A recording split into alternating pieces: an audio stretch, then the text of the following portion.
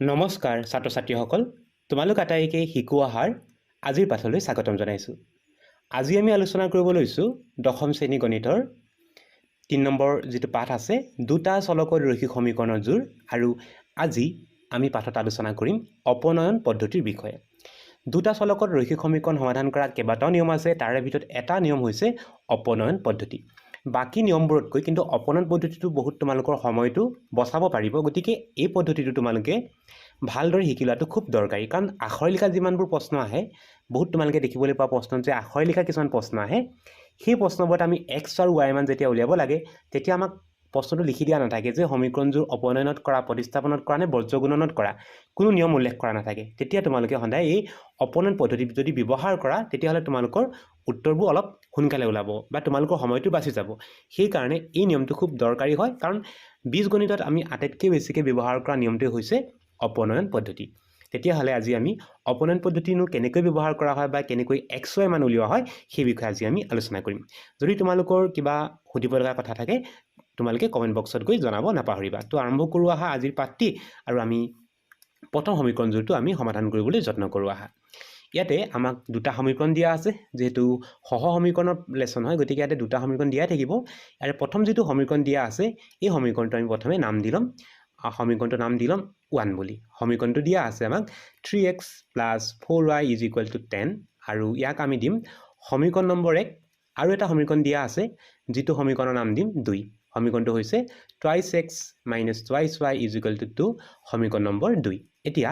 আমি কি কৰিব গৈ আছোঁ, আমি কৰিব যোৱা নিয়মটো হৈছে অপনয়ন। অপনয়নত সদায় তোমালোকে যে এক্সৰ আগত যিকেইটা সহগ আছে নহয়, সেই সহগকেইটা তোমালোকে কি কৰিবা, মিলাই দিবা। মিলাই দিবা মানে কি কৰিবা, যে আমি দেখিলোঁ যে এটাত 3 আছে, এটাত 2 আছে, সেইকাৰণে আমি কি কৰিম, দুইটাকে 6 কৰি দিম। দুইটাকে আমি কি কৰিম, 6 কৰিম। 6 কি কাৰণে কৰিম, কাৰণ 2 আৰু 3 লসাগুটো 6 হয়। আৰু 6 কৰিবৰ কাৰণে কি কৰিবা, সেই 1 নম্বৰ সমীকৰণত আমি দেখিলোঁ যে এক্সৰ আগত কি আছে, 3 আছে, সেই 3টো তোমালোকে 2 নম্বৰ সমীকৰণৰ লগত পূৰণ কৰি দিবা। আৰু 2 নম্বৰ সমীকৰণত আমি এক্সৰ লগত যে দেখিলোঁ 2টো 1 নম্বৰ সমীকৰণৰ লগত পূৰণ কৰি দিবা। আকৌ চাইলোঁ আমি কি কৰিলোঁ, 1 নম্বৰ সমীকৰণত যিটো এক্সৰ লগত 3 আছে, সেই 3টো আমি 2 নম্বৰ সমীকৰণৰ লগত পূৰণ কৰিম। আৰু 2 নম্বৰ সমীকৰণত এক্সৰ লগত যিটো সহগ আছে, সেই সহগটো আমি 1 নম্বৰ সমীকৰণৰ লগত পূৰণ কৰিম। আমি সেইকাৰণে লিখিম যে 1 নম্বৰ সমীকৰণ পূৰণ 1 নম্বৰ সমীকৰণৰ লগত কি পূৰণ কৰিবা, 2 নম্বৰ সমীকৰণত থকা এক্সৰ সহগ, যিটো হৈছে 3, যিটো হৈছে 2। গতিকে আমি লিখিম 1 × 2 - 2 × 2 নম্বৰ সমীকৰণৰ লগত 1 নম্বৰ সমীকৰণত এক্সৰ লগত থকা সংখ্যা, যিটো হৈছে 3টো পূৰণ কৰি দিবা।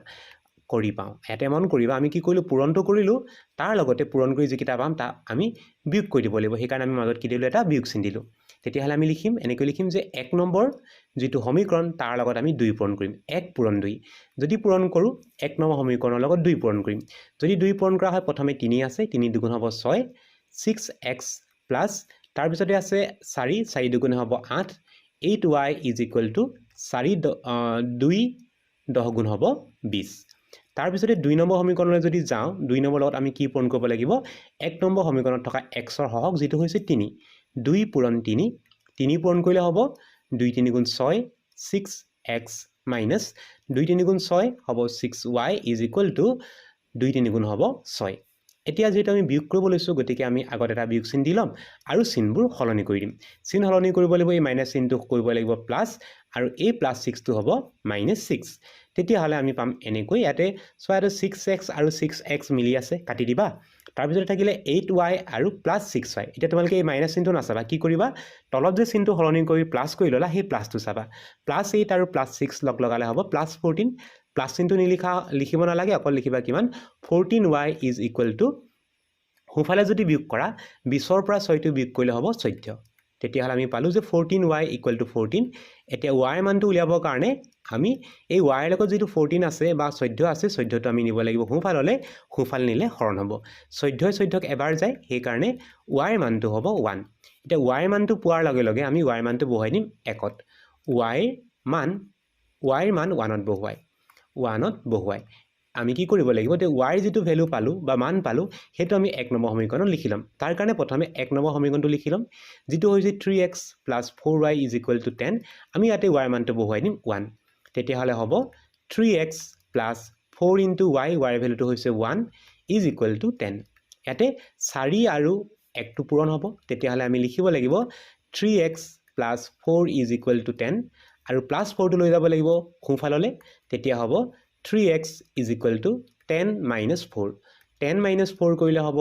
6 লিখিব লাগিব 3x equal to 6 আৰু ইয়াৰ পৰা x ৰ মানটো উলিয়াবৰ কাৰণে 3টো লৈ যাব লাগিব সোঁফাললৈ নিলে x ৰ লগত 3টো পূৰণ সোঁফালে নিলে হ'ব হৰণ 6/3 যাৰ ভেলুটো হ'ব 2 তেতিয়াহ'লে আমি সমাধান পালোঁ সমাধানটো হ'ব x equal to 2 আৰু y equal to 1 ইয়াতে চোৱা আমি ইয়াকে এই পদ্ধতি কি বুলি কোৱা হয় অপনেন্ট বুলি কোৱা হয় নিয়মটো কি একেবাৰে চাই লোৱা 1 নম্বৰ সমীকৰণত x ত থকা সহগটো 2 নম্বৰ সমীকৰণৰ লগত পূৰণ কৰিবা আৰু 2 নম্বৰ সমীকৰণত থকা x ৰ সহগটো 1 নম্বৰ সমীকৰণৰ লগত পূৰণ কৰিব লাগিব তেতিয়াহ'লে আমি একে নিয়মেৰে আমি এই প্ৰশ্নটো সমাধান কৰো আহা ইয়াতে আমাক দুটা সমীকৰণ দিয়া আছে প্ৰথম সমীকৰণটো আমি লিখি লওঁ যেটো হৈছে 3x - 5y - 4 equal to 0 এটা আমি কাম কৰো ইয়াতে যেটো -4 আছে আমি তাক সোঁফাললৈ লৈ যাম আমি সমীকৰণটো লিখো এনেকে x y খিনি থৈ দিও আমি বাওঁফালে আৰু যিমানবোৰ সংখ্যা আছে সংখ্যা এটাই আছে -4 তাক লৈ যাম সোঁফাললৈ সমীকৰণ নম্বৰ 1 কি কৰিলো আমি চোৱা -4 টু +4 কৰি দিলো কিয় কৰিলো আমি বাওঁফালে x y ৰাখিলো সোঁফালে অকল সংখ্যা ৰাখিলো এতিয়া তাৰ পিছৰ যেটো সমীকৰণ আছে পিছৰ সমীকৰণটো লিখিম যেটো হৈছে 9x is equal to 2y is plus 7 এতিয়া ইয়াতে আমি y টো লৈ আহো বাওঁফাললৈ তেতিয়াহ'লে আমি লিখিব লাগিব 9x - 2y is equal to 7 ইয়াতে আমি প্লাস 2y টো আমি সোঁফালে বাওঁফালে অনাৰ কাৰণে -2y লিখিব লাগিব সমীকৰণ নম্বৰ হ'ব 2 এতিয়া আমি কি কৰিব লাগে উল্টাই লৈ পূৰণ কৰিব লাগে তেতিয়াহ'লে আমি ইয়াতে আমি যদি চাওঁ 1 নম্বৰ সমীকৰণৰ লগত পূৰণ কৰিব লাগিব 9 বিয়োগ 2 নম্বৰ সমীকৰণৰ লগত পূৰণ কৰিব লাগিব 3 কৰি পাওঁ 1 ৰ লগত আমি কি পূৰণ কৰিম 2 নম্বৰ সমীকৰণত থকা x ৰ সহগ 9 পূৰণ কৰিম আৰু 2 নম্বৰ সমীকৰণৰ লগত আমি পূৰণ কৰিম 1 নম্বৰ সমীকৰণত থকা x ৰ সহগ 3টো পূৰণ কৰিম কৰি পাওঁ তেতিয়াহ'লে এবাৰ আমি কি পাওঁ চাওঁ আহা বিয়োগ কৰিব লাগিব 1 নম্বৰ সমীকৰণৰ লগত 9 1 নম্বৰ সমীকৰণৰ 9 পূৰণ কৰিলে প্ৰথম 3 আছে 3 9 হ'ব 27 27x minus 5 9 হ'ব 45 45y is equal to 4 9 হ'ব 36 এতিয়া যেটো 2 নম্বৰ সমীকৰণ আছে তাৰ লগত আমি পূৰণ কৰিব লাগিব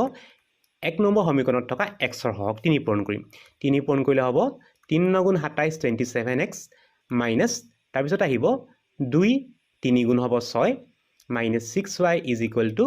3 লগত 7 ৰ লগত আমি 3 পূৰণ কৰিম 7 3 হ'ব 21 এতিয়া আমি কি কৰিব লাগে বিয়োগ কৰিব লাগে আৰু বিয়োগ কৰিবৰ কাৰণে সদায় চিহ্নবোৰ সলনি কৰিব লাগিব এটো মাইনাস টু প্লাস কৰিবা তাৰ পিছতে চোৱা 27x মিলি আছে কাটি দিবা প্লাস 21 টো হ'ব -21 আৰু বিয়োগ কৰাৰ লগে লগে আমি পাম ইয়াতে মাইনাস আৰু এটা আছে প্লাস মাইনাস আৰু প্লাস থাকিলে আমি কি কৰিব লাগে বিয়োগ কৰিব লাগে বা মাইনাস কৰিব লাগে ডাঙৰ সংখ্যাৰ আগত মাইনাস থকাৰ কাৰণে মাইনাস চিন দিম আৰু 45 ৰ পৰা যদি আমি 6 টো বিয়োগ কৰো তেতিয়া হলে হ'ব 939 y is equal to বিয়োগ যদি কৰা 36 ৰ পৰা আমি 21 বিয়োগ কৰিলে হ'ব 5 আৰু আহিব ইয়াতে 1 15 হ'ল আৰু ইয়াৰ পৰা y মানটো যেতিয়া আমি উলিয়াম y মানটো উলিয়ালে হ'ব 15/-39 এতিয়া এই দুইটা সংখ্যাকে আমি 3 এ কাটিব পাৰো 3 এ কাটি দিম 3 এ কাটিলে হ'ব 3 5 গুণ 15 3 5 গুণ 15 আৰু 3 এ যদি 39ক কাটো যাব 13 বাৰ তেতিয়াহ'লে আমি y ভ্যালুটো পাম -5/13 এতিয়া y ভ্যালু যেটো পালো আমি এই যেটো মান পালো এই মানটো বহাব লাগিব 1 নম্বৰ সমীকৰণত ইয়াতে আমি লিখিম যে y ৰ যেটো মান পালো হেতু আমি বহাম 1ত y ৰ মান 1ত বহুৱাই ইয়াতে 1টো কি বুজাইছে 1 নম্বৰ সমীকৰণত 1ত বহুৱাই ইয়াতে পাওঁ বুলি লিখিব লাগিব মানে 1ত বহাই আমি কি পাওঁ এটা আমি লিখিম প্ৰথম 1 নম্বৰ সমীকৰণ লিখিলাম যেটো হৈছে 3x - 5y = 4 আমি সমীকৰণটো 1 টো এনেকে লিখি থৈছিলো এনেকে লিখিলাম এটা আমি বহাব লাগিব y ৰ মান তেতিয়া হলে হ'ব 3x - 5 * y y মানটো বহাব লাগিব যেটো হৈছে -5/13 is equal to হ'ব 4 এতিয়া আমি প্ৰথমে পূৰণটো কৰি লওঁ তেতিয়া হলে হ'ব 3x এটো সা মাইনাসে প্লাস চিন আহিলে 5 5 গুণ হ'ব 25 লিখিব লাগিব 25/13 is equal to 4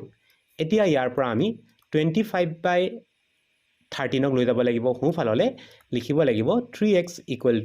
4 - 25/13 এতিয়া আমি লসাগু ল'ব লাগিব 3x is equal to লসাগু হ'ব 13 আৰু 13 লগত যদি আমি 4 পূৰণ কৰো তেতিয়া হ'ব 52 52 - 25 আহিব ওপৰত এতিয়া বিয়োগ কৰো আমি 52 ৰ পৰা 25 যদি বিয়োগ কৰো তেতিয়া হলে আমি পাম ইয়াতে আহিব 7 আৰু 2 27 ডিভাইডেড বাই 13 এতিয়া 3টো আমি পঠাই দিব লাগিব সোঁফাললৈ তেতিয়া হ'ব x ইজ ইকুৱেল টু 27 বাই 13টো আছিলে আৰু 3টো ওপৰত আছিলে এফালে আহিব তললৈ এতিয়া 3 27ক কাটিব পাৰি 9 বাৰ যাব 3 9 গুণ হয় 27 তেতিয়াহ'লে x ৰ মানটো হ'ব 9 বাই 13 তেতিয়াহ'লে আমি দুটা x আৰু y মান পাই গ'লো x ৰ মানটো হৈছে 9 বাই 13 আৰু y যিটো মান y ৰ মানটো পালো আমি -5 বাই 13 এইটোৱে হ'ব এই প্ৰশ্নটোৰ সমাধান এবাৰ আমি চাওঁ আহা ইয়াৰ পিছৰ প্ৰশ্নটো পিছৰ সমীকৰণটো আমাক দিয়া আছে x/2 + 2y/3 = -1 প্ৰথম আমি আমাক দিয়া সমীকৰণটো লিখি লওঁ দিয়া আছে আমাক x/2 + 2y/3 = -1 এতিয়া আমি ইয়াতে প্ৰথমে কাম কৰিব লাগিব ভগ্নাংশটো আঁতৰাব লাগিব ভগ্নাংশটো আঁতৰাবৰ কাৰণে আমি প্ৰথমে 2 আৰু 3 লসাগু ল'ম 2 আৰু 3 লসাগু 6 হয় সেইকাৰণে আমি ইয়াতে প্ৰতিটো পদৰ লগতে 6 পূৰণ কৰিম 6 পূৰণ প্ৰথম পদ প্ৰথমটো আছে x/2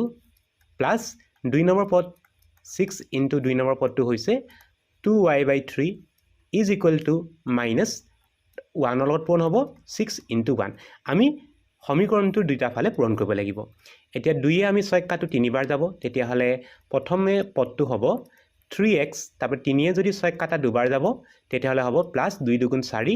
4y = -6 এইটো হ'ব সমীকৰণ নম্বৰ 1 আৰু আমাক আৰু এটা সমীকৰণ দিয়া আছে সেই সমীকৰণটো লিখিম সেইটো হৈছে x - y/3 = 3 এতিয়া আমি ইয়াতে এটাই আমি ভগ্নাংশ দেখিলোঁ যিটো ভগ্নাংশৰ হৰ 3 হয় 3 পূৰণ কৰিম 3 পূৰণ প্ৰথম পদ x আছে x পূৰণ হ'ব -3 * 2 নম্বৰ পদ সেইটো হৈছে y/3 = সোঁফালে হ'ব 3 পূৰণ 3 এতিয়া আমি পূৰণ কৰোঁ 3 লগত x পূৰণ কৰিলে হ'ব 3x - 3 3 আৰু 3 কাট খাই যাব থাকিব y = 3 3 গুণ হ'ব 9 এইটো হ'ব সমীকৰণ নম্বৰ 2 ইয়াতে যদি আমি লক্ষ্য কৰোঁ আমি দেখিম যে ইয়াতে 1 নম্বৰ সমীকৰণত আমি 3x পাইছোঁ প্ৰথমত আৰু 2 নম্বৰ সমীকৰণতো প্ৰথমে 3x আছে x লগা পদ দুইটা মিলি আছে সেইকাৰণে আমি ইয়াতে কোনো পূৰণ কৰিব নালাগে তোমালোকে কি কৰিবা সিধাই বিয়োগ কৰি দিব পাৰিবা 1 নম্বৰ সমীকৰণৰ পৰা 2 নম্বৰ সমীকৰণটো বিয়োগ কৰি দিব পাৰিবা সেইকাৰণে আমি লিখিম যে 1 - 2 কৰি পাওঁ 1 নম্বৰৰ পৰা 2 নম্বৰটো আমি পুনে পুনে বিয়োগ কৰিব পাৰোঁ কিয় বিয়োগ কৰিব পাৰোঁ সেইটো আকৌ চাই লোৱা কিয় বিয়োগ কৰিব পাৰোঁ কাৰণ